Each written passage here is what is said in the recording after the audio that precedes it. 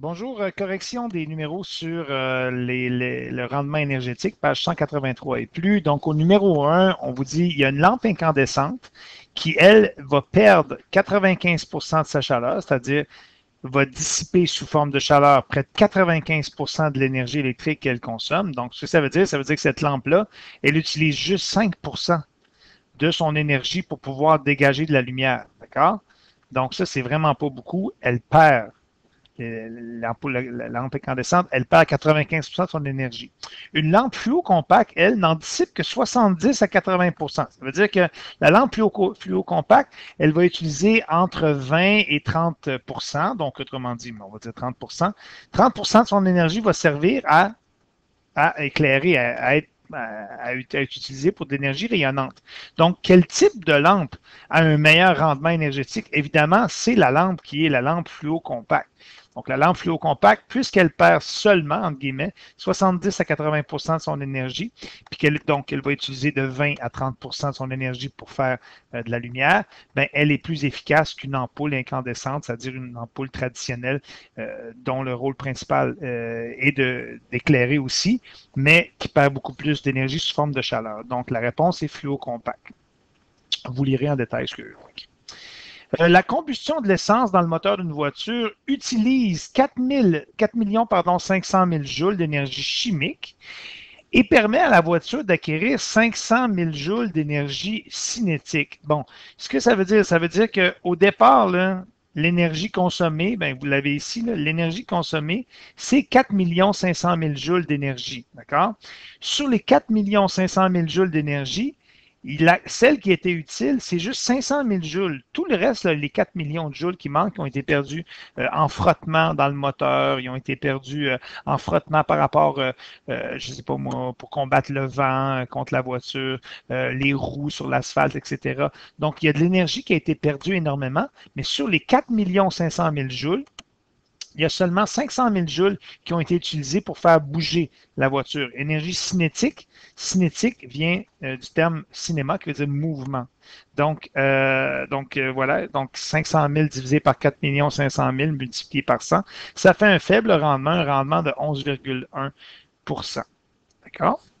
Donc ici, l'énergie perdue, juste pour mentionner, l'énergie perdue, ici, ce serait bien évidemment 4 millions de joules sous toutes sortes de formes, de chaleur, de friction, etc.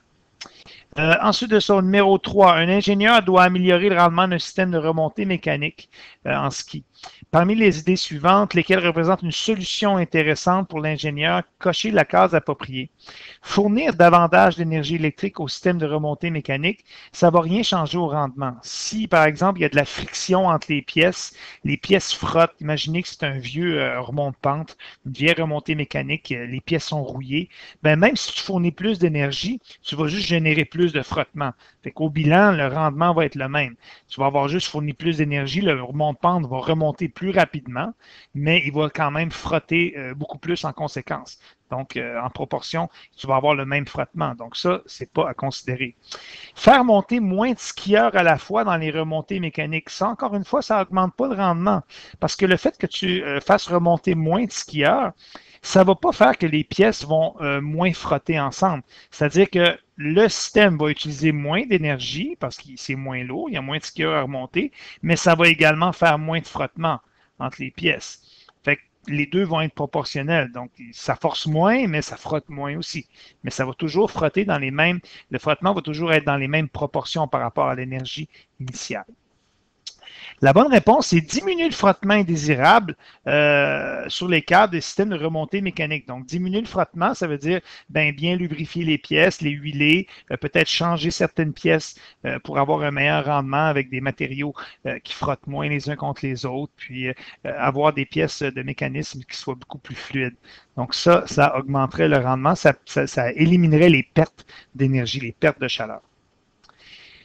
Explique pourquoi le rendement énergétique d'un système ne peut pas être supérieur à 100 ben, c'est évident que ça ne peut pas être en haut de 100 parce qu'imagine que tu as un appareil que tu lui fournis, mettons, 1 million de joules en énergie électrique, mettons un appareil électrique.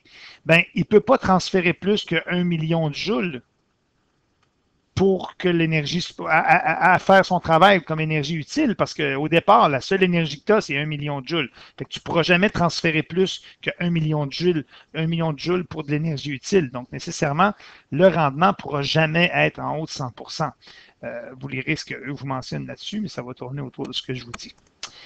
Au numéro 5, le rendement d'une mobilette est de 15 Donc, le rendement ici, vous l'avez, c'est 15 Combien de joules d'énergie cette mobilette a-t-elle consommé si 9 600 000 joules d'énergie ont été utiles? Donc, vous avez 9 600 000 joules d'énergie qui ont été utiles. Et vous, ce qu'on veut savoir, c'est combien d'énergie la mobilette a consommé. Donc, ce qu'on cherche, c'est ce que j'ai mis en bleu ici. Nous, on veut savoir ça. Donc, ce que vous devez faire, c'est que vous devez isoler la quantité d'énergie. Donc, la quantité d'énergie consommée, je l'écris au complet, d'énergie consommée, c'est égal à quoi? Ben, je vais simplement intervertir ces deux-là dans l'équation. D'accord? Donc, ça va être la quantité d'énergie utile, donc l'énergie utile. Ça ne bouge pas. Ce que vous avez ici en jaune, mettons. Ici, c'est l'énergie utile, ça ne bouge pas. Divisé par le rendement énergétique, donc mon rendement énergétique, multiplié par 100. D'accord? Donc, tout ce que j'ai fait ici, c'est que j'ai isolé la variable que je cherchais. Donc, ce que j'ai mis en bleu, là, je l'ai juste mis ici. Et j'ai divisé par le rendement. Donc, qu'est-ce que ça veut dire? Bien, ça veut dire que si je le fais de façon numérique, l'énergie utile, c'est 9 600 000 joules. Ça, c'est mon énergie utile. Je divise par 15 et je multiplie par 100. Donc, ce que ça va faire, je vais trouver une quantité d'énergie consommée qui va être égale à, je sors ma calculatrice, 9 600 000 divisé par 15 multiplié par 100 et je trouve 64 millions de joules qu'on avait au départ. Donc, 64 millions que tu as donné à la mobilette. Donc, la bonne réponse, c'est C. Merci.